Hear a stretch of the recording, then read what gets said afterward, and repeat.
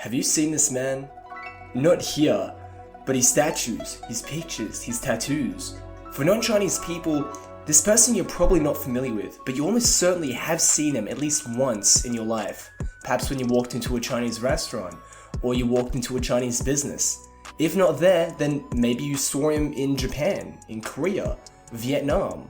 Guan Yu is everywhere. Everywhere there's a Chinese community, you're gonna find him.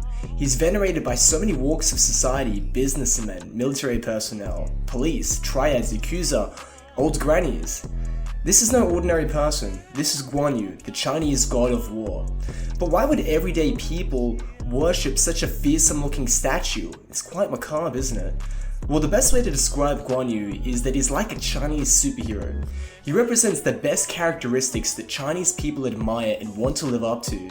He represents loyalty, honor, good fortune, wealth, and through his image alone, people are reminded of his legendary stories. But just like the contemporary superheroes of the modern day, Guan Yu's stories are mostly fictional and his exploits are greatly exaggerated. The best way of describing Guan Yu is that he's a cultural phenomenon. Think of Saint Nick, a holy man who lived a holy life secretly giving gifts to people in need. He was later canonized, and his biography would later include that he'd performed miracles. Festivals and ceremonies were made to honor him, and through the course of time, his identity would change to Santa Claus, and with the help of corporate propaganda, the once humble Saint Nick was now the jolly fat man with supernatural abilities. What I'm trying to say is that ideas have a momentum to them, and Guan Yu is no exception. But this isn't a video about debunking a beloved Chinese deity. This is a video about why Guan Yu, the great Chinese god of war, has been a deep inspiration for hundreds of millions of people for more than a millennium. Of the three main religions of Imperial China, Buddhism, Confucianism, and Taoism, each of them revere Guan Yu. To Confucians, he's a sage. To the Taoist, he's a subduer of demons. And to the Buddhist, he's the Sangharama Bodhisattva, an enlightened being. For the military, he's been worshipped in the warrior temple since 731 AD as the god of war due to his famed martial prowess, for which he's described by the author of the official records of the Three Kingdoms as being, quote, a mighty warrior capable of fighting thousands of enemies. Now, the two books that he features prominently in, The Records of the Three Kingdoms and The Romance of the Three Kingdoms, puts him really as a secondary character with a relatively minor role in the events that played out during that era. So how did this side character steal the show? Guan Yu was born in 160 AD in present-day Shanxi province in what is known as the late Han era. For those who don't know, the Han dynasty is a really big deal in Chinese history and can best be described what Rome is to the West in terms of cultural and historical implication. Just to hammer that point in, the reason why we call Chinese people Han Chinese and the language Hanyu, which means Chinese, is because they tie the historical identity to the Han. Contemporary Chinese people are people of the Han, and the language is that of the Han, Hanyu, Hanren. So Guan Yu was born in a time of decline for the great Han civilization.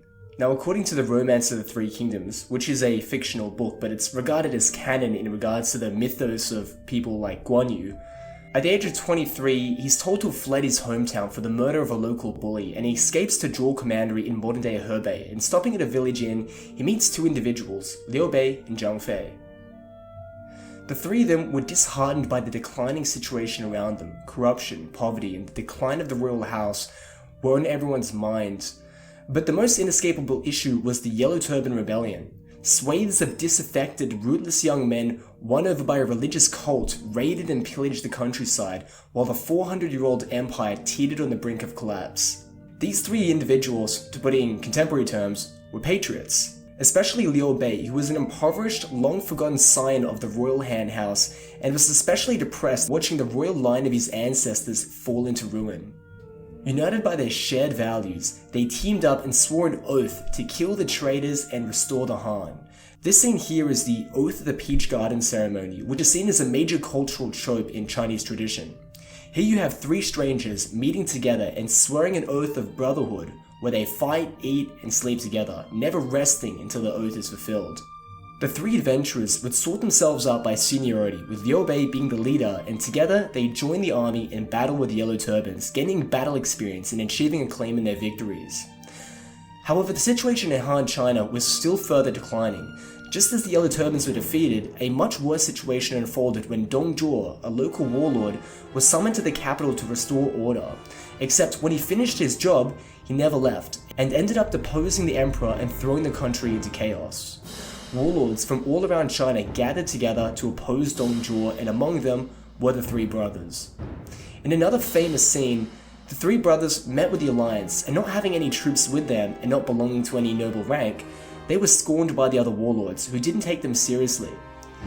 Outside the camp, a great warrior of Dong Zhuo's named Huaxiong taunted the men in the camp, challenging them to a fight. Warlords from the alliance sent their best soldiers to duel with him, but they were all humiliated. This is when the unknown Guan Yu speaks up to offer a challenge to Huaxiong. Quote, "What? An insult to all of us," roared Yuan Shu, one of the noble warlords of the alliance. "Have we no leader? How dare an archer speak thus before us? Let us beat him forth." End quote. Cao Cao, another warlord in the camp, intervened on his behalf and permitted him to go out to fight, offering him a cup of warm wine for good luck, but Guan Yu refused to drink it until he had returned successfully. According to the Romance of the Three Kingdoms, quote, "Guan Yu went with his weapon in hand and vaulted into the saddle. Those in the tent heard the fierce roll of the drums, and then a mighty sound as if skies were falling and earth rising, hills trembling and mountains tearing asunder, and they were sore afraid. And while they were listening with ears intent, lo, the gentle tinkle of horse bells, and Guan Yu returned, throwing at their feet the head of the slain leader, their enemy Huaxiong." End quote. After this event, Guan Yu would receive acclaim from all the warlords there, and despite this event never actually happening, it's another important cultural trope credited to Guan Yu, with songs, plays, and poems all coming about to extol this fictional event. Quote, "The power of the man stands first in all the world. At the gate of the camp was heard the rolling of the battle drums. Then Guan Yu set aside the wine cup till he should have displayed his valor, and the wine was still warm when Huaxiong had been slain." End quote. When Dong Zhuo is eventually defeated, the land of the Han has been carved up by dozens of warlords who vie for supremacy in this fractured empire. These fiefdoms form alliances with each other, betray each other, then team up on a mutual enemy on a regular basis. By now, the band of brothers have taken control of Shu province, but after being defeated by Cao Cao, they become separated from each other, with Liu Bei fleeing to the north to aid Cao Cao's rival, Yuan Shao, while Guan Yu was captured by Cao Cao himself. Cao Cao first admired Guan Yu as a soldier and wanted to have him for himself, but Guan Yu gave two conditions to Cao Cao if he was to be a soldier. First, Liu Bei's captured family, who Guan Yu had sworn to protect, must be allowed to be with him at all times. Secondly, the moment Guan Yu gets notice of his brother's whereabouts, he must be allowed to leave at once. Cao Cao admired him even more because of his loyalty, but despite this, Cao Cao would try to bribe Guan Yu to change his alliance. He gave him a good house, plenty of gold, and many concubines, but all these attempts to corrupt Guan Yu failed, and Guan Yu simply returned the gifts and the women.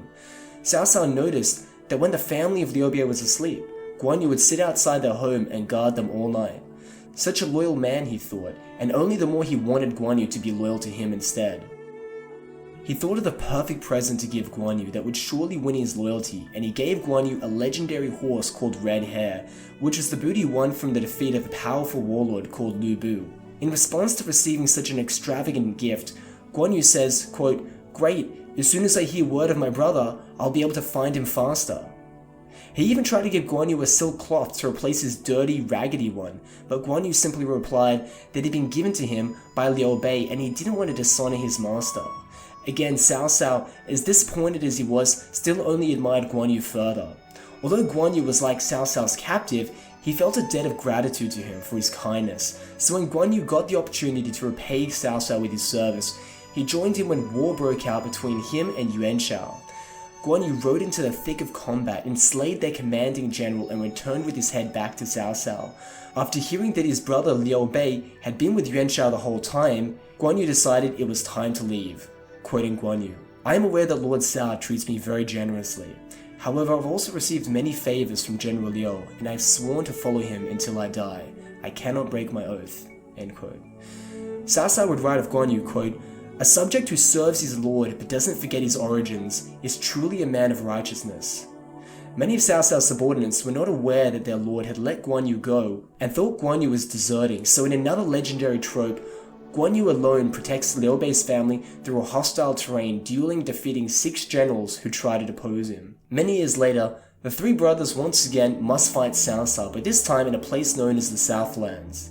Cao Cao's domination of China is almost complete, and the one kingdom that stands in his way is known as the Southlands, led by Sun Quan. Liu Bei and his brothers have a small force on the border, and together with Sun Quan, they are able to defeat Cao Cao in the legendary battle known as Red Cliffs. Here Liu Bei's forces, commanded by Zhuge Liang, are sent to mop up the fleeing Cao Cao force. Cao Cao's army had already capitulated, and he fled for his life, and in a valley, he confronts the force meant to deal his death blow, and at the head of the column was Guan Yu. Guan Yu had spent his life with his brothers with the intention of restoring the Han dynasty, and Cao Cao was universally despised as the traitor who had usurped authority and imprisoned the young Han emperor and used him as a puppet. And Guan Yu just had one job, and that was to finish off Cao Cao. Quoting the book, quote, Guan Yu was indeed a very mountain of goodness, and could not forget the great kindness he received at Cao Cao's hands, and the magnanimity Cao Cao had shown over the deeds of the 5 passes, referring to the slaying of his generals. He saw the desperate straits to which his benefactor was reduced, and tears were very near to the eyes of both. He could not press Cao Cao hard. He pulled at the bridle of his steed and turned away. End quote. Going back to the camp, Guan Yu's life was now forfeit, and capital punishment was inevitable. However, before being beheaded by Zhuge Liang, his 2 brothers would intercede. Quote, "We 3 pledged ourselves to live and die together. Although my brother Guan Yu was offended, I cannot bear to break our oath." End quote. Even though Guan Yu had done the wrong thing by his brothers forgave him, reciting the fact that their sacred brotherly promise was to live and die together. Guan Yu was spared punishment for this, and Cao Cao would retreat back north to lick his wounds. Many years later, the landscape of the old land of the Han had changed to what is known now as the 3 Kingdoms era. To the north is the largest power called Caowei, founded by Cao Cao. To the southeast is a land known as the Southlands, ruled by Sun Quan, and to the southwest a new emerging power has arisen, the land of Shu, ruled by Liu Bei and his brothers. Through the excellent guidance of their advisor Zhuge Liang, the once homeless adventurers were now only rivaled by Cao Cao and commanded fear and respect amongst all those that once looked down upon them. Success didn't come without their vices, however. Liu Bei's once Puritan idealism had been tainted by a betrayal of a family member, which is how he was able to expand his upstart kingdom. Zhang Fei was a severe alcoholic who regularly beat his own troops, and Guan Yu, who was revered as a legendary hero at the time, had grown arrogant and vain. He was now known to be petty. For instance, when another general within Shu's ranks, Ma Su, began to receive prominence, Zhuge Liang had to assure Guan Yu that he was in fact inferior to Guan Yu, and that Guan Yu's beard was excellent, just so Guan Yu could be pleased. While the heroes of Shu battled for the city of Hanzhong to Shu's northern border, Guan Yu was given the task of taking the city of Fancheng. The Southlands, however, who had been left feeling vulnerable at this exponential rise of their western neighbor, decided to invade Shu. Being caught between Wei and the Southlands' attack, Guan Yu's siege at Fancheng failed, and he found himself behind enemy lines. With his force whittled down to nothing, the advisor of Sun Quan comes to meet him to persuade him to change allegiances and save his life. Guan Yu replied quite calmly, quote, "I am a simple soldier from the village of Jieliang, yet my lord and I have become brothers. How can I betray him? If the city may fall, then I can but die. Jade may be shattered, but its whiteness remains. Bamboo may be burned, but its joints stand straight. My body may be broken, but my name shall live true in history. Say no more, but leave the city, I beg. I will fight Sun Quan to the end." End quote. And with that, the character Guan Yu dies. Now, even though I said I didn't want to poo-poo on the story, I need to point out, just to be clear, that basically none of these things happened. Buzzkill, right? Guan Yu was in fact a legendary general of Liu Bei's who was deeply admired by all the great warlords of the time, such as Cao Cao. He was truly a legit historical figure, but people transmitted their history orally, and usually in the form of songs or poems. In any given village, kids would sing songs about the characters of the legendary 3 Kingdoms era as part of a shared legacy with the past. Village elders would tell the kids of the stories that took place, but they were still just stories. remembered from a long forgotten time, told by a friend of a family member from a neighboring village hundreds of years ago. And although an official, much more accurate account of the events of the Three Kingdoms were written in 300 AD, such a work was meant for scholars, but to the average Joe, the legendary myths were the stories that stuck around, and thus Guan Yu, over the echoes of time, would be transformed and revivified through the ages. Only 4 decades after his death, Guan Yu would receive the posthumous title of Marquis of Jiangmo from the Emperor of Shu to honor his still living memory. However, as Guan Yu's fame continued to spread and increase in reverence with each passing century, many more emperors would bestow titles on the long-dead general.